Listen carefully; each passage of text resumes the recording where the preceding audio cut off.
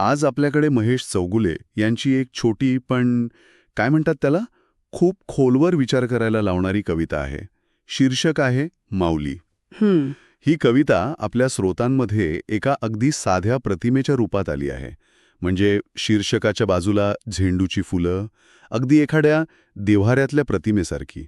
बरोबर. पण या साध्या दिसणाऱ्या कवितेत वैयक्तिक श्रद्धा आणि एक मोठं सामाजिक तत्वज्ञान यांचा संगम कसा असू शकतो, आज आपण याचाच शोध घेणार आहोत. नक्कीच.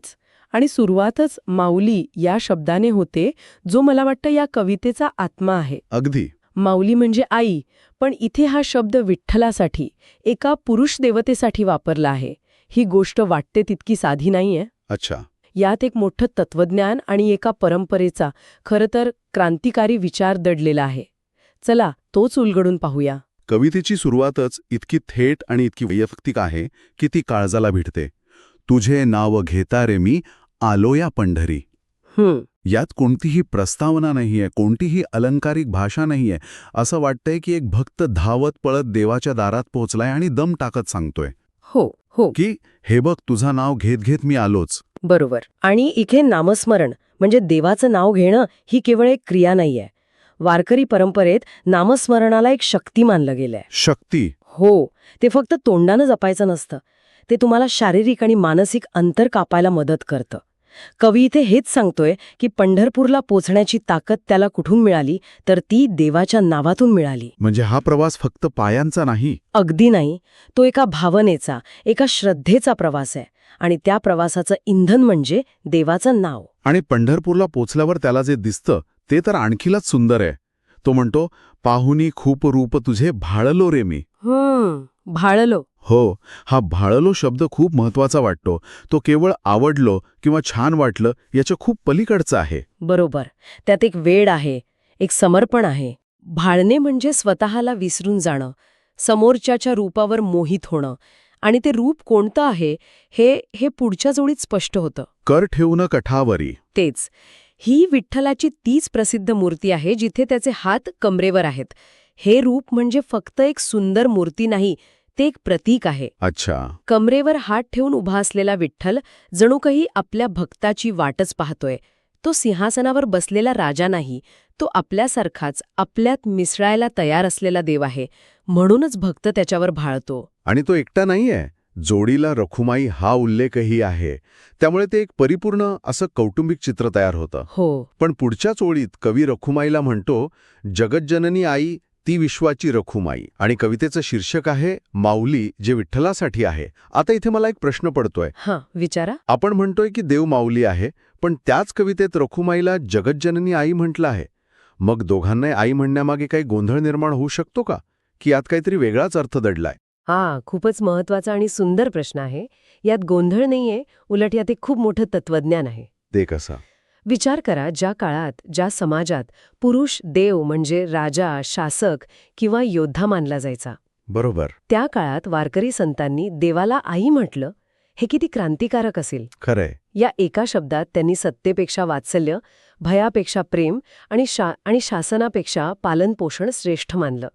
विठ्ठलाला माऊली म्हणणं म्हणजे त्याच्या पुरुषत्वाला नाकारणं नाही, तर त्याच्यातील आईपणाचा, त्याच्यातील करुणेचा उत्सव साजरा करणं आहे. म्हणजे हा लिंगाचा प्रश्न नाहीये, तर गुणांचा आहे. तेच. अगदी बरोबर. आणि रखुमाईला जगज्जननी म्हणून त्याच मातृत्वाच्या भावनेला अधिक व्यापक, अधिक वैश्विक रूप दिलं आहे. अच्छा. विठ्ठल हा वैयक्तिक पातळीवरचा माऊली आहे, तर रखुमाई ही संपूर्ण विश्वाची आई आहे. हे दोघं मिळून तेच सांगतात की या जगात सगळ्यात मोठी शक्ती कोणती असेल, तर ती आहे मातृत्वाची, जी जन्म देते, पालनपोषण करते आणि संरक्षण देते. म्हणजे इथे दोन आया नाहीत, तर एकाच मातृशक्तीची दोन रूपं आहेत. अगदी. आणि हीच भावना पुढच्या कडव्यात अधिक स्पष्ट होते, जिथे कवितेचा दृष्टिकोनच बदलतो, नाही का? आधी भक्त बोलत होता, आता जणू काही देवच आपल्याशी बोलतोय असं वाटतं. बरोबर. तुझी सावळी मूर्ती जगाला संदेश दे, सुखी रहा बाळांनो, आम्ही आहे पाठीशी. हो. आणि हा संवाद मला वाटतं कवितेचा केंद्रबिंदू आहे. माऊली ही संकल्पना इथे प्रत्यक्ष अनुभवाला येते. सुखी रहा बाळांनो हा केवळ आशीर्वाद नाहीये, ते एक वचन आहे, एक आश्वासन आहे. आणि आम्ही आहे पाठीशी हे वाक्य तर भक्ताला एक प्रचंड मानसिक आधार देतं. खरे, जगात काहीही होऊ दे, कितीही संकटे येऊ देत, माझी माऊली माझ्या पाठीशी आहे, ही भावनाच माणसाला जगायला बळ देते. आणि देवाच्या रूपाचं वर्णन करताना सावळी मूर्ती हा शब्दप्रयोगही मला खूप महत्वाचा वाटतो. हो, आपल्याकडे जिथे गोऱ्या रंगाचं इतकं स्तोम आहे तिथे देव सावळा आहे हे पुन्हा पुन्हा सांगणं गरजेचं वाटतं. नक्कीच देवाचं सावळं रूप हे सर्वसामान्यांचं, कष्टकऱ्यांचं, मातीतल्या माणसाचं प्रतीक आहे. तो सोन्या चांदीने मढवलेला राजशाही थाटातला देव नाहीये. तो आपल्यातलाच एक आहे. बरोबर. तो रानात काम करणाऱ्या शेतकऱ्यासारखा आहे, म्हणूनच तो अधिक आपलासा वाटतो. आणि अशा आपल्या माणसाने दिलेला मी पाठीशी आहे हा संदेश जास्त खरा वाटतो, जास्त विश्वासार्ह वाटतो. भक्ताच्या या वैयक्तिक अनुभवानंतर आणि देवाच्या आश्वासनानंतर कवी अचानक आपल्याला एका मोठ्या सामाजिक क्षेत्राकडे घेऊन जातो, नाही का? अगदी. असं वाटतं की देवाला भेटल्यावर तुमची स्वतःपुरती असलेली दृष्टीच नाहीशी होते आणि तुम्ही संपूर्ण समाजाचा विचार करू लागता. बरोबर. कारण पुढच्या ओळीच तशा आहेत. तुझ्यासमोर नाही कोणी उच्च नीच, नाही कुणाला कशाचीच खंत. ही केवळ एक आदर्शवादी कल्पना नाहीये. तर वारकरी संप्रदायाचा पाया आहे. अगदी तोच पाया आहे. याबद्दल आपण थोडं अधिक बोलूया, कारण समता हा शब्द ऐकायला खूप सोपा वाटतो, पण तो प्रत्यक्षात आणणं किती कठीण आहे. बरोबर. ही समतेची भावना ज्ञानेश्वर, तुकाराम, नामदेव, चोखामेळा, जनाबाई यांसारख्या संतांनी साधारणपणे 13व्या शतकापासून रुजवली. इतक्या आधीपासून? हो. विचार करा, तो काळ असा होता जेव्हा समाजात जातीभेद, वर्णभेद टोकाचा होता. माणसाला माणूस म्हणून किंमत नव्हती. अशा काळात पंढरीची वारी ही एक अशी जागा होती, एक अशी चळवळ होती जिथे सर्व जाती धर्माचे लोक एकत्र चालत, एकत्र जेवत, एकत्र विठ्ठलाचं नाव घेत. तेच. त्यामुळे कवितेतील उच्च नीच नाही ही ओळ केवळ एक आदर्श नाही, तर ती एक 700-800 वर्ष जुन्या ऐतिहासिक सामाजिक चळवळीचा गाभा आहे. म्हणजे हे फक्त देवाच्या दारात घडतं असं नाही, तर ते एक जीवनमूल्य आहे. हो. मला आठवतंय, मी जेव्हा पहिल्यांदा पंढरपूरला गेले होते तेव्हा मला या समतेचा खरा अर्थ कळला होता. तिथे गर्दीत कोणी कोणाची जात विचारत नव्हतं. कोण श्रीमंत आहे किंवा कोण गरीब आहे याने काही फरक पडत नव्हता. तिथे फक्त एकच ओळख होती, वारकरी, आणि एकच गजर होता, माऊली माऊली. अच्छा. त्या क्षणी माझ्यासाठी या कवितेतले शब्द जिवंत झाले होते. नाही कोणाला कशाचीच खंत याचा अर्थ तेव्हा कळला जेव्हा माणसातला भेदच नाहीसा होतो, तेव्हा मत्सर, द्वेष, तक्रार या भावना आपोआप गळून पडतात. आणि या समतेच्या संदेशानंतर लगेचच एक नैतिक उपदेश येतो. हे सुद्धा देवाच्याच तोंडून आलेलं वाक्य वाटतं. हो. सत्याची वाट नका सोडू, सज्जनांची पाठ नका सोडू. पण हे किती कठीण आहे. देव फक्त सत्य बोला असं म्हणत नाही, तर सत्याची वाट सोडू नका म्हणतोय. म्हणजे जरी मार्ग खडतर असला, त्रास झाला, तरी त्यावर टिकून राहा. याला वारकरी परंपरेत काही विशेष महत्त्व आहे का, की हे फक्त एक सर्वसामान्य नैतिक मूल्य आहे? नाही, हा खूप चांगला मुद्दा आहे. हे फक्त एक सर्वसामान्य नैतिक मूल्य नाहीये. वारकरी परंपरेत भक्ती ही पलायनवाद नाही. पलायनवाद नाही म्हणजे सगळं सोडून फक्त देवाचं नाव घेत बसणं म्हणजे भक्ती नव्हे, तर समाजात राहून आपले व्यवहार सांभाळून नैतिकतेने वागणं ही खरी भक्ती आहे.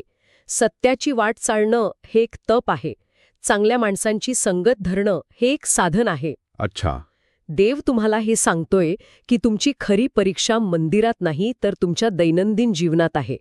तुम्ही लोकांबरोबर कसे वागता, व्यवहार कसे करता, यात तुमची भक्ती दिसून येते. म्हणजे भक्ती ही एक पॅसिव्ह गोष्ट नाही, तर एक ॲक्टिव्ह निवड आहे रोजच्या जगण्यातली. अगदी. आणि म्हणूनच पुढच्या ओळी पुन्हा येतात. सर्व लेकरं आहेत माझी, मी आहे उभा पाठीशी. हो, हे आश्वासन पुन्हा येतं. हे पुन्हा का दिलं जातं? कारण सत्याच्या वाटेवर चालणं सोपं नाही. सज्जनांची संगत ठेवतानाही अनेकदा त्रास होऊ शकतो. अशा वेळी माणसाचं मन खचू शकतं. त्याला वाटू शकतं की मी हे सगळं का करतोय. बरोबर. तेव्हाच माऊलीचा आश्वासन कामी येतं. देव म्हणतोय, तू फक्त नैतिकतेचा मार्ग सोडू नकोस, बाकी मी सांभाळून घेईन.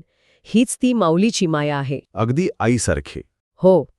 आई जशी आपल्या मुलाला सांगते की बाळा, तू फक्त चांगला वाग, बाकी जगाशी मी बघते, तसंच विठ्ठल माऊली आपल्या सर्व लेकरांना म्हणजे संपूर्ण समाजाला हेच सांगत आहे. पण एखाद्या व्यक्तीला ज्याला वारकरी परंपरेबद्दल फारशी माहिती नाही, त्याला देव आपल्या पाठीशी आहे हे आश्वासन म्हणजे एक प्रकारचा खोटा दिलासा, एक फॉल्स कम्फर्ट वाटू शकतो की संकट तर येणारच आहेत, मग देव पाठीशी आहे म्हणजे नेमकं काय? हा एक स्वाभाविक प्रश्न आहे. देव पाठीशी आहे याचा अर्थ असा नाही की तुमच्या आयुष्यात दुःख किंवा संकटे येणारच नाहीत. अच्छा, याचा अर्थ असा आहे की ती संकटं सहन करण्याची, त्यांना तोंड देण्याची आंतरिक शक्ती तुम्हाला मिळेल. सत्याच्या मार्गावर चालताना जेव्हा तुम्ही एकटे पडाल तेव्हा कोणीतरी माझ्यासोबत आहे ही भावना तुम्हाला एकटं पडू देणार नाही. म्हणजे हा एक मानसिक आणि आध्यात्मिक आधार आहे. अगदी. ही एक अशी शक्ती आहे जी तुम्हाला चुकीच्या मार्गावर जाण्यापासून रोखते. त्यामुळे हा खोटा दिलासा नाही, तर ती एक नैतिक ढाल आहे. तर मग या कवितेतून आपण जो प्रवास केला तो एका भक्ताच्या वैयक्तिक पंढरपूर यात्रेपासून सुरू झाला. बरोबर. मग आपण विठ्ठलाच्या आणि रखुमाईच्या मातृत्वाचा अनुभव घेतला आणि शेवटी हा प्रवास सामाजिक समता, नैतिकता आणि देवाच्या पालकत्वाच्या एका मोठ्या विचारावर येऊन थांबला. एका छोट्या कवितेत किती मोठा परीघ आहे. खरंच. महेश चौगुले यांनी अत्यंत सोप्या, लोकांना सहज समजतील अशा शब्दात वारकरी परंपरेचं सार मांडलं आहे. हो, भाषा खूप सोपी आहे. आणि या कवितेची खरी ताकद तिच्या त्या साधेपणातच आहे. ती आपल्याला हेच सांगते की भक्ती हा केवळ एक वैयक्तिक अनुभव नाही, तो एक सामाजिक विचार आहे.